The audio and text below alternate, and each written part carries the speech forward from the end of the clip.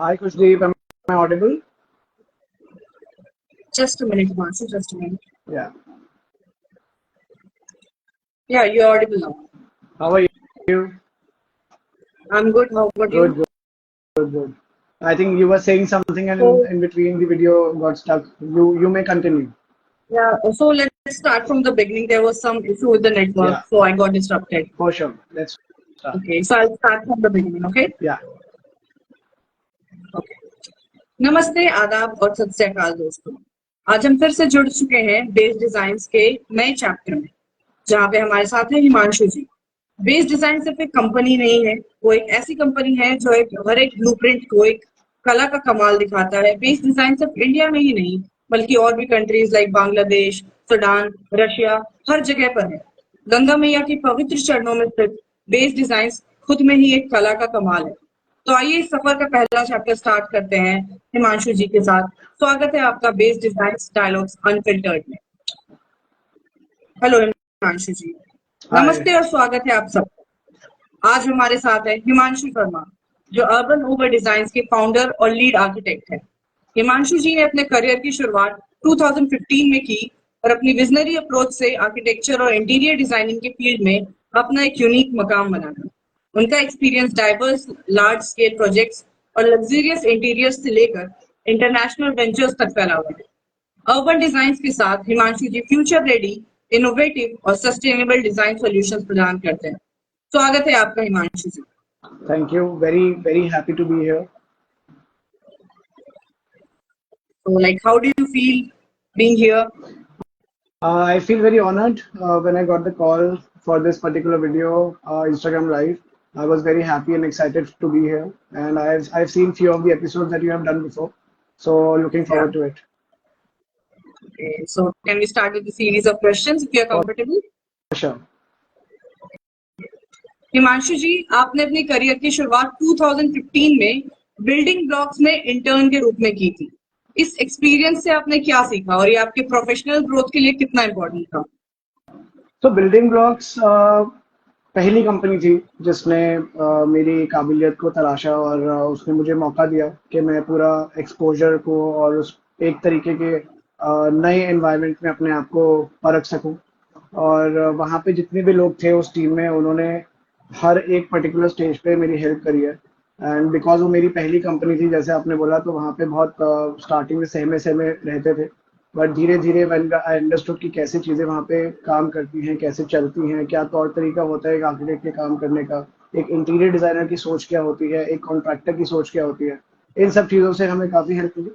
And वो सारी चीज़ों का एक्सपीरियंस लेके आज तक जितने भी हम प्रोजेक्ट्स करते हैं, उन छोटी छोटी चीज़ों का ध्यान रखते हैं।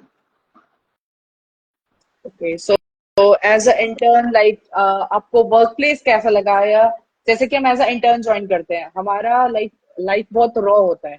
वी आर या totally unaware of the things having in the office और इन द वर्क लाइफ। तो आपने उन चीजों को टैकल कैसे करा? So when I was an intern over there, वहाँ पे एक बहुत अच्छी चीज़ थी जो मैं आपसे शेयर करता हूँ। वहाँ पे सिर्फ 2 ही सीनियर्स थे और 5 से 6 लोग इंटर्न लेवल या फ्रेशर लेवल पे थे। तो सब लोगों के बीच में एक बहुत फ्रेंडली नेचर था, एक फ्रेंडली एनवायरनमेंट था, so you could ask anything that you wanted to. आपके मन में कोई भी छोटा सवाल था, वो पूछ सकते थे। और वो मुझे उस टाइम पे रियलाइज हुआ कि कितनी बड़ी चीज़ होती है आपको कंफर्ट लेवल लाने के लिए। एक इंटर्न को जो बहुत सारे लोगों के बीच में बहुत अपने आप में रहता है सहमा हुआ, वो एक प्रश्न भी नहीं पूछ पाता है, एक क्वेश्चन पूछने में भी बहुत हेजिटेटिंग उसका नेचर हो जाता है। सो वहाँ पे ये नहीं था, and that is one of the things जो हम अपने ऑफिस में भी करते हैं। So we are friendly with everybody, anybody can ask anything to anybody. सबका motive end of the day यही होना चाहिए कि हमें सीखते रहना है और अच्छा काम करते रहना है और आगे बढ़ते रहना है। तो ये वहाँ से एक एक्सपीरियंस मिला था। Wow, glad to know. Like, it's very rare कि आपको एक अच्छा वर्क स्पेस या मिल रहा हो as a intern. So you were lucky enough to get that. Extremely. So moving on to our next question. या आपने अहमदाबाद में मिस्टर विपुल पटेल के अंदर ट्रेनिंग करी थी। या तो इसका आपके लाइक डिजाइनिंग फिलॉसफी पे क्या इफेक्ट रहा? What you got to learn from him? Ahmedabad is one of दो सिटीज जहाँ पे आप पूरे इंडिया में उसको एक डिजाइन हब कह सकते हो, क्योंकि वहाँ पे बहुत अच्छे इंस्टीट्यूशनल एरियाज भी, इंस्टीट्यूशंस भी हैं, एंड वहाँ पे जो लेवल ऑफ डिजाइनिंग की जाती है वो बहुत ही नेचर से जुड़ी हुई अर्दी लाइंस पे और बहुत ही सभ्य तरीके से, मतलब जो सटल तरीका होता है उस तरीके से डिजाइन की जाती है। तो ये चीज बाकी पूरे इंडिया में अगर आप कंपेयर करो ना तो इतनी आसानी से दिखती नहीं है।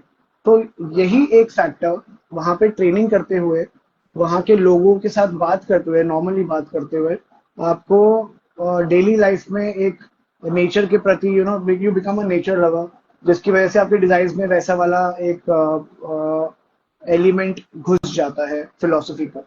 और यही एग्जैक्ट डिजाइन फिलोसफी वहाँ पे विपुल सर ने भी हमको टाइम टू टाइम सिखाई है कि whenever you want to make a house for somebody, अगर हम रेजिडेंशियल प्रोजेक्ट्स की बात करते हैं तो जो डिफरेंस होता है मकान बनाने का और घर बनाने का, वो डिफरेंस हमें पता होना चाहिए। और अगर हम वो डिफरेंस को ध्यान में रखते हुए अपने प्रोजेक्ट्स डिजाइन कर सकते हैं तो हम अपना काम सही से कर रहे हैं। Okay, so moving on to our next question. Delhi वापस आने के बाद आर्किटेक्चर डिजाइनिंग में लाइक आपने क्या काम किया, वहां पे आपका एक्सपीरियंस कैसा रहा और आपने वहां से क्या सीखा?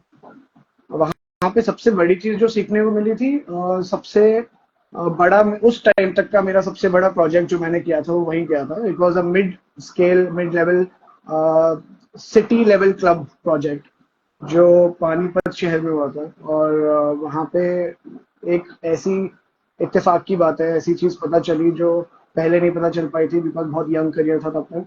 एक आर्किटेक्ट कितना अकेला होता है एक मिड लेवल प्रोजेक्ट में और उसके ऊपर के स्केल के प्रोजेक्ट में, वो वहाँ पे फेस हुई थी। एक एमईपी कंसल्टेंट और जैसे बेस डिजाइन के स्ट्रक्चरल कंसल्टेंट्स की जो जरूरत पड़ती है एक प्रोजेक्ट में, उनका होने से प्रोजेक्ट के अंदर क्या निखार आता है प्रोजेक्ट के अंदर, वो सब इंट्रिकेसीज पता चली थी। At the same point of time इतनी बड़ी साइट पे आप विजिट्स नहीं कर सकते आसानी से, तो वो सब चीजें उस प्रोजेक्ट में हमको पता चली कि हायरार्की क्या होती है। तो तब I was just a fresher architect. मैंने सिर्फ ये सोच के काम करना शुरू किया था कि कुछ नया सीखने को मिलेगा, लेकिन वो इतने बड़े लेवल का जब काम करना शुरू किया तो एक्चुअली में पता चला that architects are actually so alone and they have to work so hard on so many things at once. एक प्रोजेक्ट में आपको जरूरत से ज्यादा ही काम करना पड़ता है ताकि वो एक्चुअली में उस लेवल का बन पाए। तो वो चीज हमें वहां पे सीखने को मिली थी। It was a very young firm, तो वहां पे सारा रिस्पॉन्सिबिलिटी आपको खुद ही लेनी पड़ती थी, which is again a good thing for any architect. Okay, so as a fresher architect आपने बहुत सारी चीजें देखी होंगी, लाइक मेनी टाइम्स ऐसा होता है कि लोग सोचने लग जाते हैं कि ये करियर हमने ऑप्ट ही क्यों करा, लाइक इट्स सो रशी, इतनी चीजें हैं, इतना हैवोक भरा चीजें हैं। तो आपको कभी लगा कि आपने कोई गलती करी लाइफ में आर्किटेक्ट के फील्ड में जाकर, या फिर you thought yes it's worth it after all? हर दिन लगता है कि शायद कुछ और हो सकता था, पर ये सबको लगता है। व्हाट मैटर्स इज कि अगर आप आज के डेट पे अपने उन लोगों का जिन्होंने आप पे भरोसा दिखा के आपको प्रोजेक्ट दिया है, अगर आप उन लोगों का किसी भी एक छोटी सी तरीके से भी भला कर पाओगे, तो फिर आपको ये सोचने की जरूरत नहीं पड़ेगी कि आप सही फील्ड में नहीं हो। बिकॉज अगर आप आर्किटेक्ट नहीं होते या आप एक स्ट्रक्चर इंजीनियर नहीं होते तो आप शायद आईटी में होते, शायद आप स्पोर्ट्स में होते। उस टाइम पे भी आप किसी ना किसी चीज को सर्व कर रहे होते हैं। एक स्पोर्ट्स पर्सन एक कंट्री को सर्व करता है, एक आईटी प्रोफेशनल एक पर्टिकुलर हब को सपोर्ट करता है, एक चेन ऑफ कमांड को सपोर्ट करता है। तो आपको एंड ऑफ द डे ये देखना है कि आप किसके लिए काम कर रहे हो। If you are working for somebody जिसने आप पे रिस्पॉन्सिबिलिटी आपको दी है और आप पे भरोसा दिखाया है, तो आपको उसको फुलफिल करना है। तो हर दिन लगता है कि क्या हम सही है क्या हम गलत है, बट एक पॉइंट के बाद जब काम करना शुरू करते हैं 9 बजे सुबह, तो उसके बाद ये थॉट्स नहीं आते। Glad to know that you're enjoying what you're doing. That's very definitely, rare in today's era. Okay, so definitely. moving on to our next question. या आप 42 आर्किटेक्चर में इंटरमीडिएट आर्किटेक्ट के रूप में काम करते थे। या आपके लार्ज स्केल प्रोजेक्ट्स के एक्सपीरियंस के बारे में बताएं, जैसे वन वर्ल्ड प्रोजेक्ट जो आपने लखनऊ में किया था। तो प्लीज तो share your experience. Starting with Lucknow, पहले लखनऊ एक ऐसी जगह है जो मेरा पर्सनली मानना ही है कि आने वाले 10 सालों में एक बहुत ही पावरफुल सिटी होने वाली है। Not in the sense of only monetary values but also infrastructure development and specially health care sectors. अगर हम रिसेंट न्यूज़ के हिसाब से भी बात करें तो Lucknow is going to become a super power city in one of the super power cities in northern and north central India. So वहां पे ऐसे प्रोजेक्ट 2018 में शुरू करना, 2017-18 के साल में शुरू करना, जब हमको मालूम नहीं था कि वहां पे इतनी सारी प्रोग्रेस होने वाली है, तो उस टाइम पे बहुत ही नाइव लगता था, बहुत ही बेसिक लगता था कि यहाँ के लोग शायद एक्सेप्ट ना करें ऐसे प्रोजेक्ट्स को जो हम हाई लेवल के करते हैं, बिकॉज थोड़ा सा बैकएंड था उस टाइम में। और अब आज के टाइम पे वो प्रोजेक्ट इतना सक्सेसफुल था, और जिस फॉर्म में उस टाइम पे हम थे और वहाँ पे जब काम किया था उस टीम ने बहुत अच्छे तरीके से किया था, तो वो सेंसिटिविटी का बड़ा ध्यान रखा था कि किस सिटी में क्या काम हो रहा है, उन लोगों को क्या समझ में आता है, समझाना उन लोगों को इज द बिगेस्ट चैलेंज। तो अगर आप वहाँ के प्रोजेक्ट के चैलेंज की बात करेंगे तो सबसे बड़ा चैलेंज यही था कि अगर आप 10 लोगों के बीच में खड़े हो और उनको आप समझा रहे हो कि आप किस लेवल का डिजाइन कर रहे हो, मॉड्यूलर स्ट्रक्चर क्या होता है, different types of composite structures क्या होते हैं, तो ये सब चीजें तो वहाँ के लोगों को ज्यादा पता नहीं है। आज के टाइम पे वो कैसे एक्सेप्ट कर रहे हैं इसको इतने अच्छे तरीके से। You won't believe there are 5 international developers who have proposed multiple buildings in the next 5 years in Lucknow. तो इंटरनेशनल डेवलपर्स का वहां तक आ जाना एक अपने आप में एक बात बताता है कि वहाँ के लोग एक्सेप्ट कर रहे हैं ऐसी बिल्डिंग्स को और ऐसे आर्किटेक्चर को। और ये बहुत अच्छी चीज है, बिकॉज वो एक ऐसी ट्रेडिशनल सिटी है जहाँ पे इस लेवल का इंफ्रास्ट्रक्चर है जो बहुत सदियों से है, और उसके बीच में कुछ इन्फ्यूज कर देना, कुछ मॉडर्न टेक्नोलॉजी का इस्तेमाल करके नया बना देना is something which was not easy for the city to accept. तो ये सबसे बड़ा चैलेंज था, थोड़ा सा टेक्निकल भी है, लेकिन वहाँ पे काम करना आपको आसानी से काम करने को मिलता नहीं है वहाँ पे। यस इंडीड, एक बहुत बड़ा चैलेंज है। लाइक आप कहीं पे वर्क कर रहे हो किसी भी शहर में, वहाँ के लोगों के अपने कल्चरल बिलीव्स होते हैं, Yeah. हर्ट किए, उनकी सारी चीजों को ध्यान में रखते हुए काम करना is really difficult. I praise that it Yeah. Is. So आपने वन ओक अटमोस जैसे हाउसिंग प्रोजेक्ट्स में काम किया है, हम्म। तो वहां पे क्या चैलेंजेस फेस हुए और आपने उसको ओवरकम कैसे करा? सबसे बड़ा चैलेंज जैसे मैंने बोला यही था कि वहाँ के लोगों को ऐसे टाइप का स्ट्रक्चर बनाने में बताने में बहुत टाइम लगता था, बहुत समय जाता था। उन लोगों को इतनी आसानी से मॉडर्न सॉल्यूशंस नहीं समझ में आते थे। I am talking about 2018। And okay. आज के टाइम पे 6 साल बीत चुके हैं इस बात को वैसे, लेकिन आज के टाइम पे वहाँ पे इतने ज्यादा बिल्डिंग्स का ऑलरेडी प्रपोजल जा चुके हैं, बहुत सारी बिल्डिंग्स ऑलरेडी बन चुकी है, इंफ्रास्ट्रक्चर बहुत ज्यादा डेवलप हो चुका है, एंड बहुत सारी चीजें मॉडर्न सोल्यूशंस पे डेवलप हो चुकी है। सो हमें ये भी चीजें देखने को मिलती है वहाँ पे कि इन आवर लाइफ स्पैन, एक एक आर्किटेक्ट का या एक इंसान का लाइफ स्पैन 60 years 70 years का अमूमन तौर पे होता है, और हम अगर उस फेज में कोई ऐसे 5-6 साल देख लेते हैं जहाँ पे कोई एक पर्टिकुलर सिटी इस तरीके से इवॉल्व करती है, so that gives you a very good feel as a developer or as a designer, as an architect, as a structural engineer also। और ये चीज से हमको चैलेंज से ज्यादा ऐसा फील हुआ कि एक सेटिस्फैक्शन मान लो, संतुष्टि, दैट चलो at least people like what we are doing, so we should continue doing this. Okay. DLF Camellias के मल्टीपल अपार्टमेंट इंटीरियर्स और गुड़गांव एंड लखनऊ के इंडिपेंडेंट बंगलोज और फार्म हाउस जैसे लग्जरियस प्रोजेक्ट्स किए हैं आपने, तो उस प्रोजेक्ट्स के बारे में थोड़ा बताएं, like share the knowledge please. It's a very I'll take you to a little intricacy behind this। थोड़ा सा ट्रिकी है उन लोगों को समझना जो वहाँ रहते हैं, और वो ही सबसे बड़ा एक एक्सपीरियंस है वहाँ का। जो लोग ऐसे प्रोजेक्ट्स बनवाते हैं या जो लोग ऐसे प्रोजेक्ट्स में रहते हैं, उन लोगों का रहना सहना, खान पान, बोलचाल, ये बहुत ही फिक्सेटेड है। वो एक तरीके से जीवन जीते हैं, और सब लोग ऐसे जीवन नहीं जीते। और आप एज अ स्ट्रक्चर इंजीनियर या हम एज एन आर्किटेक्ट इस चीज को पहले तवज्जो देंगे कि उनके तौर तरीकों में चेंज ज्यादा ना आए, बिकॉज वो उस तरीके से ही जिएंगे। वो चेंज के लिए नहीं वहां पे घर ले रहे या अपना घर बना रहे, वो अपने ए कंफर्ट लेवल को बढ़ाने के लिए, और बी थोड़ा सा लग्जूरियस और एक्सेंचुएटेड लाइफस्टाइल को बढ़ाने के लिए घर बना रहे हैं। और यही एक पर्टिकुलर चीज है जो डिजाइन ब्रीफ का पार्ट सबसे पहले होना चाहिए डिजाइनर्स के बीच में, कि we don't want to create something new for them, we want to give them that particular level of comfort that they expect and the level of lifestyle that they expect। और अगर हम ये दो चीजों को केटर करते हुए design करेंगे तो उनके काम ही आएगा सब कुछ। we can design anything based upon these two factors। Yes, you're very right. Right. people living in Gurgaon are actually very different and they think differently. Yeah. Like me myself living in Greater Noida, I've experienced a lot of it. So Oh, I can relate with you what you're yeah, trying to tell. definitely, definitely. Okay.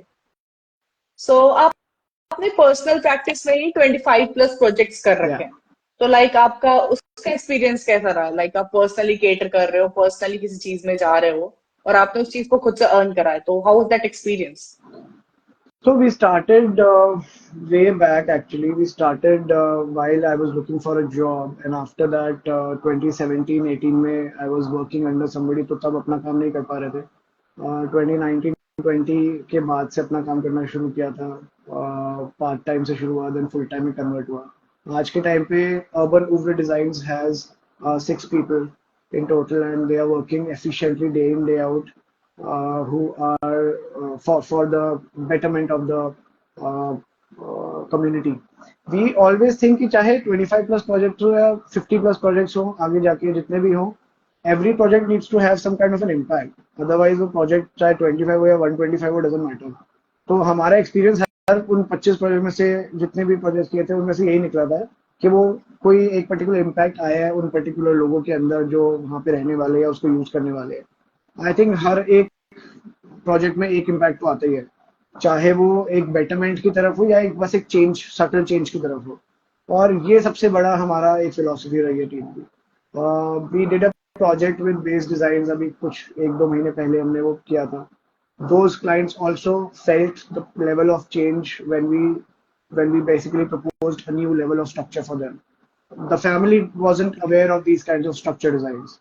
उन्होंने अलग तरीके के design देखे थे and हमने कुछ अलग propose किया, तो उनका वो इम्पैक्ट आया कि उनको खुलापन मिला, उनको अलग तरीके के स्पेशल डिजाइन मिले, और ये सब चीजों का ही end of the day result आता है. तो all those 25 plus projects have this level of example to bring the change in the community. Okay तो लाइक आपकी जो कंपनी है अर्बन ओवर डिजाइन्स लाइक उसमें आपकी टीम के अंदर 8 लोगों की आपकी एक टीम है या तो इंक्लूडिंग. आप उस टीम को कैसे मैनेज करते हो या including you and how do you motivate them motivation is the की for employees so how do you do that So, as far as the managing part is concerned, हम हमेशा एक हफ्ता आगे चलते हैं. For example today is Saturday and we have already planned till next Saturday. तो ये चीज करते हुए एक दूसरे के साथ एक हफ्ते पहले बैठ जाना, टीम डिस्कशंस करना, प्रोजेक्ट के स्टेटस रिपोर्ट्स चेक करना, things that we need to do in the upcoming week is something that we always maintain. It's a track record of Urban Uber Designs.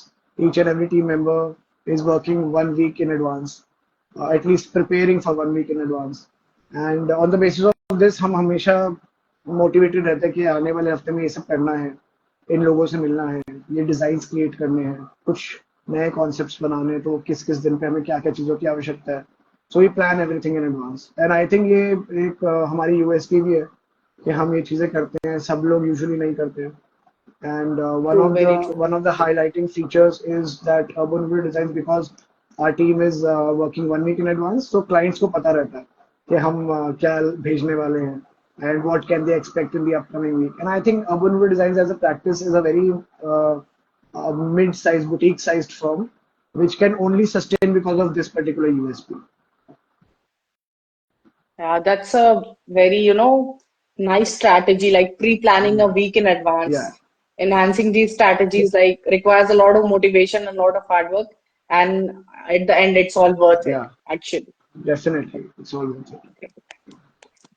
So, आपका base designs के साथ collaboration कब और कैसे start हुआ और base designs ने आपके प्रोजेक्ट्स को कैसे इनहेंस करा So the first project that we did was for the residential project in New Delhi.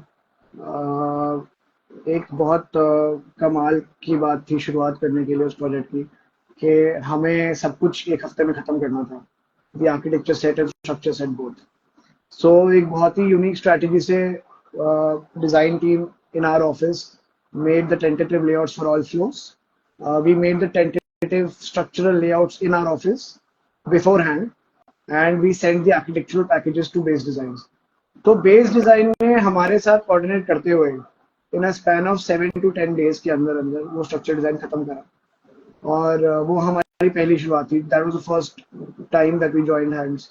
And अब आने वाले कुछ महीनों में हमने एक कमर्शियल प्रोजेक्ट शुरू करना है उनके साथ, एक रेजिडेंशियल प्रोजेक्ट शुरू करना है उनके साथ.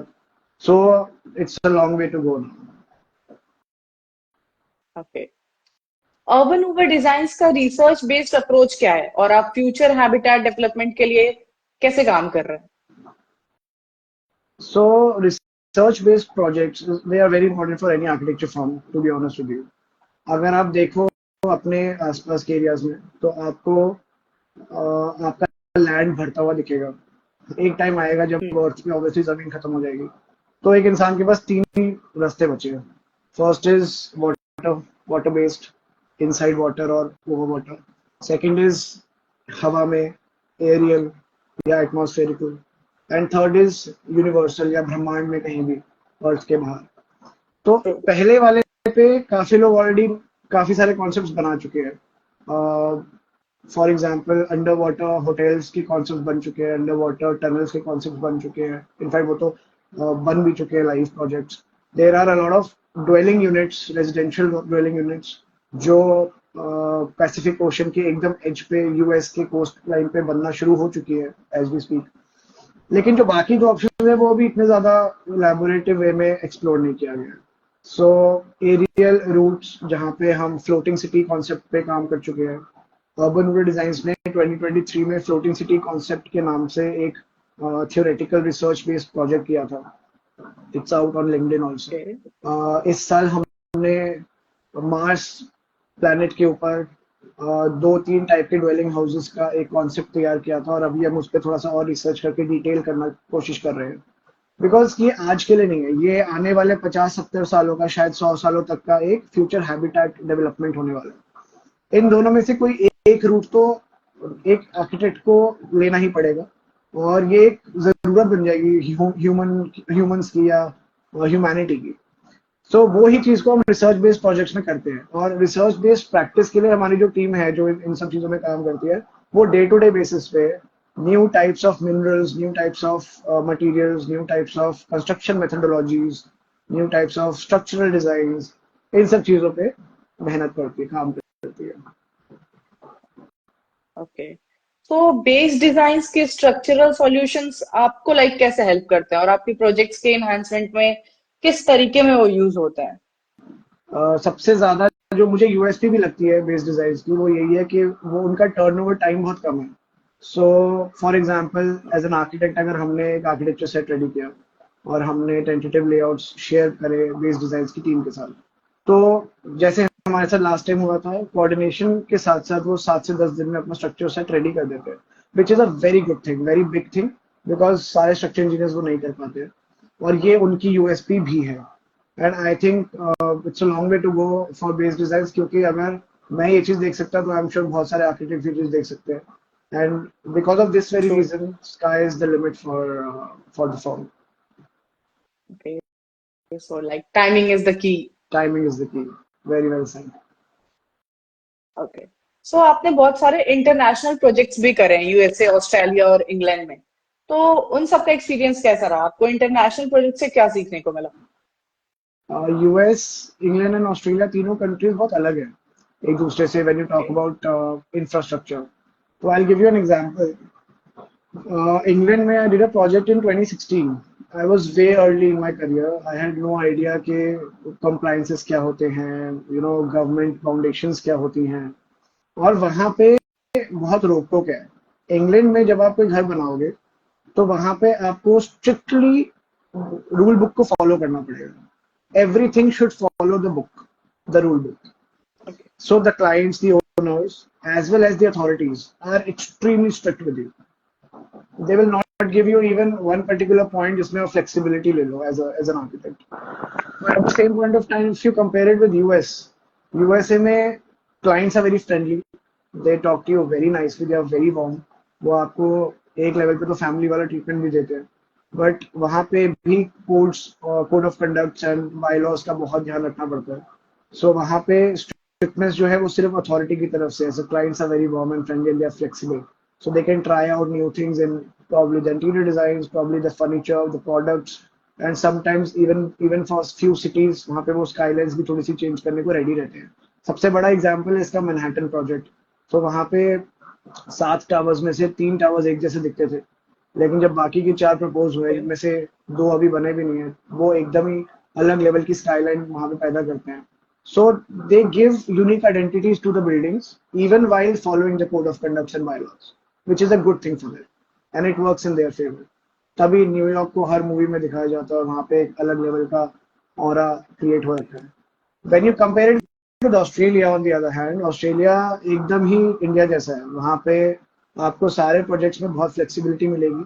आपको जरूरी नहीं है कि एक पर्टिकुलर रूल के हिसाब से चलना है. There might be 2-3 options for you, लेकिन ऑब्वियसली उन कोड ऑफ कंडक्ट के अंदर ही रहना है. But they give you flexibility of some kind, चाहे वो आर्किटेक्चर में हो या इंटीरियर्स में हो. So Australia is a very free place to design. Okay, got it. Urban over designs को फोएट के टॉप 10 डिजाइन फर्म्स में शामिल किया गया था दिसंबर 2023 में. तो यह रिकॉग्निशन आपके लिए क्या मायने रखती है? Like how do you felt? We have been an audience of Floyd since 2016 when I was in Ahmedabad under Mr. Vipul Patel. तब से हमने Floyd के बारे में जानना शुरू करा था और वहाँ पे जाना शुरू किया था. So if today, after 8 years of me being an audience of Floyd and being a very great follower of the event, it felt immense pride last year in December that हमारा नाम उन्होंने टॉप 10 में felicitate किया. और जो particular projects के basis पे हम टॉप 10 में आए थे, उन प्रोजेक्ट्स में से आज एक प्रोजेक्ट खत्म भी हो चुका है और वो प्रोजेक्ट इतने अच्छे लेवल पे, इतने अच्छे तरीके से क्लोज हुआ था कि वो जो पॉजिटिविटी और मोटिवेशन मिलती है एक ऐसे इवेंट से उस प्रोजेक्ट को फेलिसिटेट करने की, वो हमें आज तक और किसी और में दिखी नहीं.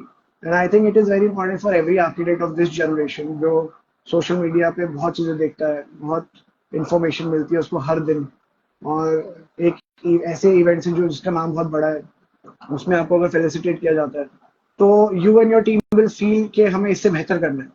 तो अगर आप आज एक साइट पे और आपको पता चला कि आपका नाम आया है टॉप 10 में, तो आप उस साइट पे खड़े होकर उसी टाइम पे सोचोगे कि इसको उससे भी बेहतर करना है. And this is what we felt at that moment in last year December. तो ये सब चीज़ों की वजह से एक्चुअली में हम अपनी प्रैक्टिस को और आगे लेके जा पाते हैं. If founder, if a leader is not motivated enough, तो बाकी टीम भी नहीं हो पाती है. और ऐसे इवेंट्स हेल्प करते हैं हम लोगों को उस तरीके की मोटिवेशन लाने में. So I am sure just like with the firms that I worked in, उनको भी ऐसे तरीके के रिकग्निशन मिले थे. सो आई एम श्योर कि बाकी आर्किटेक्ट्स को भी वैसा ही फील होता होगा जैसा मुझे हुआ था उस टाइम. तो लाइक आपके डिजाइन्स, लाइक आपकी जो कंपनी है उसे बेस्ट डिजाइनर अवार्ड और design firm of the year, बहुत सारे ऐसे अवार्ड्स मिल चुके हैं. तो लाइक आपकी टीम पे इसका क्या रहा, मतलब अचीवमेंट से उन्होंने कैसे टैकल करा, उनकी स्ट्रैटेजी क्या थी कि आगे चीजें कैसे लेकर जानी है? तो लाइक आपकी टीम को कैसा लगा? क्योंकि obviously it was a team work, किसी एक बंदे की वजह से नहीं होता. तो आपकी टीम को कैसा लगा? Urban Rural Designs में everybody is having a very healthy competition. So हम लोग हमेशा ये सोचते हैं कि हम सब एक दूसरे से बेहतर डिज़ाइन कर सकते हैं, और अगर हम सब साथ में डिज़ाइन करें तो एक बहुत ही अच्छे लेवल का डिज़ाइन हम लेके आ सकते हैं हर प्रोजेक्ट के अंदर. और ये सेल्फ कॉन्फिडेंस की वजह से हम ऐसे अवार्ड्स जब जीतते हैं, we won 3 different kinds of awards in different categories, one of them being residential architecture, one of them being renovation designs, one of them being commercial architecture. तो हमें हर साल एक ऐसी मोटिवेशन मिली है कि हम अगर दोबारा से कलेक्टिव होकर कुछ और बेटर करने की कोशिश करें तो हम कर सकेंगे, क्योंकि हमने 3 सालों में ये देखा है. सो यही लेवल का एक मोटिवेशन है जो एक टीम को चाहिए होता है, और वो इन पर्टिकुलर अवार्ड से हमको मिल जाता है. So we have been lucky also that we have been having good clients. हम हमेशा ये सोचते हैं कि एक अच्छे क्लाइंट की वजह से ही हम एक्चुअली अवार्ड जीत पाते हैं, बिकॉज वो अच्छा प्रोजेक्ट होता है. So in that way we have been lucky, but it's all because of the competition that we guys have within each other. Base designs के स्ट्रक्चरल चैलेंजेस को कैसे address करते हैं आप, और उनका आपके कॉम्प्लेक्स प्रोजेक्ट्स में कितना महत्वपूर्ण होता है वो? Like what's the importance? So हम लोग क्या करते हैं, हमारा एक प्रोसेस है बहुत सिंपल सा. हम लोग अपने टेंटेटिव स्ट्रक्चर डिजाइन को पहले एक बार खुद तराशते हैं कि कैसे हो सकता है वो, और उसके बाद हम बेस डिजाइन को वो सेम प्रोजेक्ट की ड्राइंग सेट्स शेयर करते हैं। बेस डिजाइन्स की डिटेलिंग बहुत स्ट्रांग है, और हम क्योंकि डिजाइनर है तो हमारा कॉन्सेप्चुअल लेवल बहुत स्ट्रांग है, तो हम अपने कॉन्सेप्ट को पूरा खत्म करने के बाद ही बेस डिजाइन को भेजते हैं। और बेस डिजाइन उसकी डिटेलिंग में, क्योंकि उनका टर्नओवर टाइम बहुत कम है, तो उसकी डिटेलिंग में बहुत कम टाइम लगा के बहुत जल्दी अपना ड्राइंग सेट्स को डिटेल्ड लेवल तक खत्म करके हमको भेज पाता है। इससे हमें एक मदद मिलती है साइट पे, जब कॉन्ट्रैक्टर्स को हम ये ड्राइंग्स भेजते हैं, तो क्योंकि हम बहुत जल्दी वो भेज देते हैं, तो कॉन्ट्रैक्टर्स के बाद बहुत टाइम आ जाता है साइट पे ये सोचने का कि कैसे इसको एग्जीक्यूट करना है, कैसे इसको अंजाम देना है। Sometimes a site team can require different kinds of tools. Sometimes a site team can also require different kinds of labors. तो वो ये सारी ड्राइंग्स जब बहुत जल्दी देख लेता है, परख लेता है और जांच लेता है, तो उनको साइट के एग्जीक्यूशन में बहुत हेल्प मिलती है।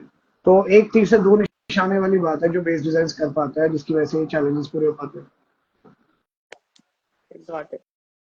आपके हिसाब से एक सक्सेसफुल आर्किटेक्चर प्रोजेक्ट के लिए सबसे जरूरी एलिमेंट क्या होता सबसे अच्छे आर्किटेक्चर प्रोजेक्ट के लिए है? जी। सबसे अच्छे क्लाइंट्स की वजह से सबसे अच्छे आर्किटेक्चर प्रोजेक्ट हो पाते हैं। True. We have always been saying this, मैं भी ये बहुत टाइम से बोलता आ रहा हूँ that a good project is only possible because of a good client. However, a great project, a successful project is possible because of the greatest of the clients. So अगर एक क्लाइंट आपके आपके कामों को, आपके फिलोसफीज को और आपके प्रिंसिपल्स को समझ पा रहा है, और ये समझ पा रहा है कि आपका काम आप ही करेंगे और उसका काम वही करेगा, तो आपके प्रोजेक्ट को सक्सेसफुल होने से कोई नहीं रोक सकता आपके अलावा। बट समटाइम्स हमारी फील्ड में अनफॉर्चुनेटली हम ऐसे टाइम पे जिंदा है, काम कर रहे हैं, और ऐसे टाइम पे हम प्रोजेक्ट्स उठा रहे हैं जहाँ पे बहुत सारे क्लाइंट्स को ऐसा लगता है कि एक स्ट्रक्चर इंजीनियर या एक आर्किटेक्ट का काम वो खुद भी कर सकते हैं। यहीं पे सारी प्रॉब्लम्स की शुरुआत हो जाती है अमूमन तौर पे। और प्रोजेक्ट खत्म होने के 2 या 3 महीनों में वो सेम क्लाइंट्स एक स्ट्रक्चर इंजीनियर को या एक आर्किटेक्ट को कॉल करके बोलते हैं कि हमें टेक्निकल इशू की वजह से कुछ चीज चेंज करनी है। तो वहां पे उनको रियलाइज होता है कि उन्होंने कुछ गलती करी है, जबकि वो प्रोजेक्ट बहुत सक्सेसफुली ओवर हो सकता था with the help of an engineer और एन आर्किटेक्ट। और इसीलिए मेरा ये मानना है, और मैं ये करीबन 6-7 सालों से बोलता आ रहा हूँ, जब से मैंने प्रैक्टिस और जब से मैंने काम करना शुरू किया था, that good clients can only make you do good projects, otherwise there is no point. आप बहुत काम करेंगे लाइफ में, बहुत सारे प्रोजेक्ट्स करेंगे, कुछ प्रोजेक्ट्स पेपर पे रह जाएंगे, but only good clients will make you execute the good projects. तो हमारा नेक्स्ट क्वेश्चन इसी चीज से रिलेटेड है। तो आप लाइक क्लाइंट सेटिस्फैक्शन को इंश्योर कैसे कराते हैं? लाइक उस चीज की श्योरिटी देना is a very difficult thing, क्योंकि हर एक रिलेशन ट्रस्ट के बेसिस पे होता है। तो आप इंश्योर कैसे कराते हैं कि yes client will be satisfied at the end? At Urban Uber Designs, we are basically friends with clients. Some of them are families also, because we have maintained that transparencies, we have maintained that exchange of knowledge, exchange of education of what we do, how we do. और कुछ clients का support इतना immense है कि वो एकदम family की तरह आपको ट्रीट करते हैं कि अगर आप जो कह रहे हो उसमें लॉजिकल रीजनिंग है, तो हम फिर और कुछ नहीं करेंगे, हम वही करेंगे। और ये सबसे बड़ी चीज है, और इसी की बदौलत हम बेसिकली जो अभी तक कर पा रहे हो वो आगे भी उम्मीद है कि करते रहेंगे। इससे बड़ी और कोई चीज हमारे लिए हमें नहीं लगता कि और कोई है। सो इसी वजह से उनको फ्लेक्सिबिलिटी मिलती है, ट्रांसपेरेंसी मिलती है, उनका मेंटल सेटिस्फैक्शन बना रहता है। एक चीज हम और करते हैं, हम डॉक्यूमेंटेशन बहुत स्ट्रांग रखते हैं। अब उनके डिजाइन की डॉक्यूमेंटेशन मेरे हिसाब से वन ऑफ द बेस्ट है, at least in not all over the world but in India. Our documentation is having 2-3 key aspects to it. Number one is that we always send all kinds of uh, verbal or I mean telephonic or in-person meeting के minutes of the meeting के documents to the client कि हमने आज ये बातें करी है, which is one of the very key traits of having a good business or a good practice. The second of all is that we always maintain a very good relation with them in order to meet them in upcoming days. जैसे for example, our company, our team members are planning in 1 week in advance. तो वो एक हफ्ते पहले बता देंगे कि हम आपके पास वेंसडे को आने वाले हैं और हम ये सब चीजें डिस्कस करेंगे। So they have their anticipation levels यहाँ पे कि okay, so we have to arrange everything, we have to meet with them, we have to discuss everything. उससे उनके अंदर भी वही इन्वॉल्वमेंट वाला फील आता है कि मैं अपने प्रोजेक्ट में उतना ही इन्वॉल्व हूँ जितने मेरे आर्किटेक्ट से डिजाइनर्स हैं। और इन दो चीजों की बदौलत हमारे जो एक ही एस्पेक्ट्स है, इनकी बदौलत हम एक्चुअली उनके साथ वो रिलेशन मेंटेन भी कर पाते हैं। Got it. स्पेस यूटिलाइजेशन के बारे में आपका क्या व्यू पॉइंट है और आप अपने प्रोजेक्ट में इस कॉन्सेप्ट को कैसे इम्प्लीमेंट करते हैं?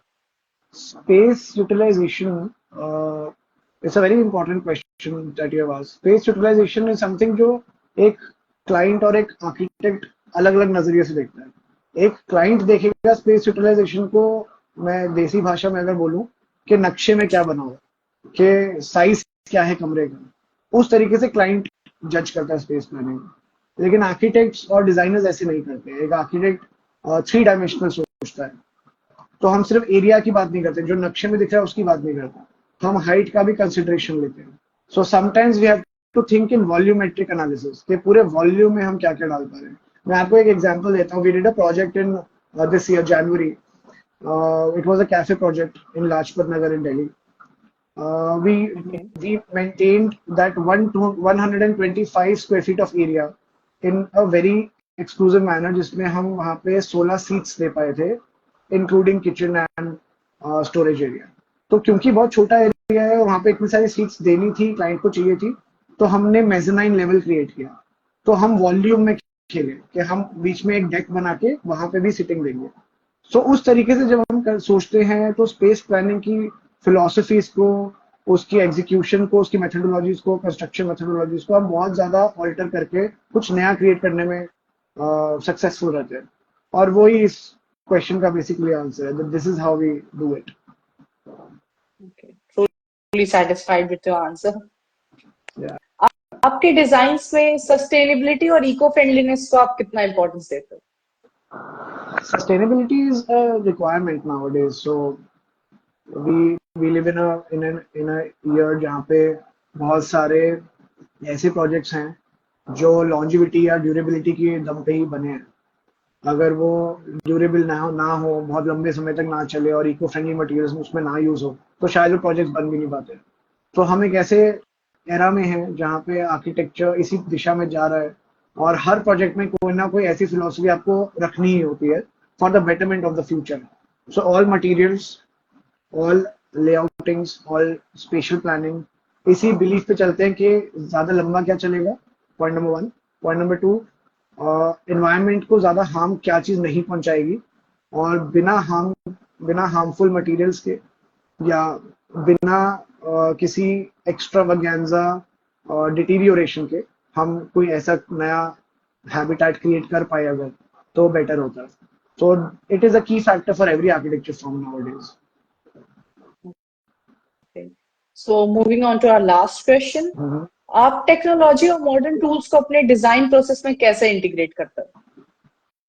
दो तरीके से। We have started using AI technology for our conceptual level designing. हम कोशिश ये करते हैं कि हम कुछ फ्रेश आइडियाज जनरेट करें फॉर ऑल आवर प्रोजेक्ट्स। हम AI रेंडर इंजन्स का यूज करते हैं। आजकल 2-3, मैं नाम तो नहीं लूंगा, बट 2-3 बहुत अच्छे अच्छे AI रेंडर इंजन्स अवेलेबल हैं for free of cost also and for subscription based model also. अगर हम उनका यूज करते हैं और कुछ फ्रेश आइडियाज बनाते हैं, तो टेक्नोलॉजी को सिर्फ वहीं तक रिस्ट्रिक्ट करके बाकी काम ह्यूमन लेवल की डिटेलिंग से करके हम कुछ बेहतर बना सकते हैं जो पहले लोगों ने नहीं देखा हो। तो fresh concepts plus human level highly detailed drawings की बदौलत हम एक नए प्रोजेक्ट को, एक फ्रेश कॉन्सेप्ट को अंजाम दे पाते हैं। And that's what we try to do in all our projects, at least for some part of it, या तो एलिवेशंस में, या फिर बिल्डिंग की कंस्ट्रक्शन मेथडोलॉजी में, या फिर एक पर्टिकुलर टाइप के रूम में, इंटीरियर्स में, या किसी भी एक पार्ट ऑफ द बिल्डिंग के अंदर जहां हम एक AI रेंडर्ड मॉडल बना सके और उसको अंजाम भी दे सके, तो हम वो ट्राई करते हैं। Okay. So thank you for this, Himanshu. The series of questions ends here. We are very lucky to have you and your insights. And the most important thing which you felt that you talked about client satisfaction. So yeah, it's a major key, and we are very happy to know that you nurture that key. So all the best to you and your team and to the Urban Over for the accomplishments in future. And thank you for joining us today. Thank you so much. I would like to thank you as well as Tushar for having me here. And it's been lovely to have this conversation with you. We don't do this very often. So it was a refreshing thing to do. Thank you so much. Thank you so much. Thank you so much to the lovely audience and to the base designs. We are here to fulfill your every dream and every commitments. So tab tak ke liye goodbye. See you all soon. Good night. Good night. Thank you much.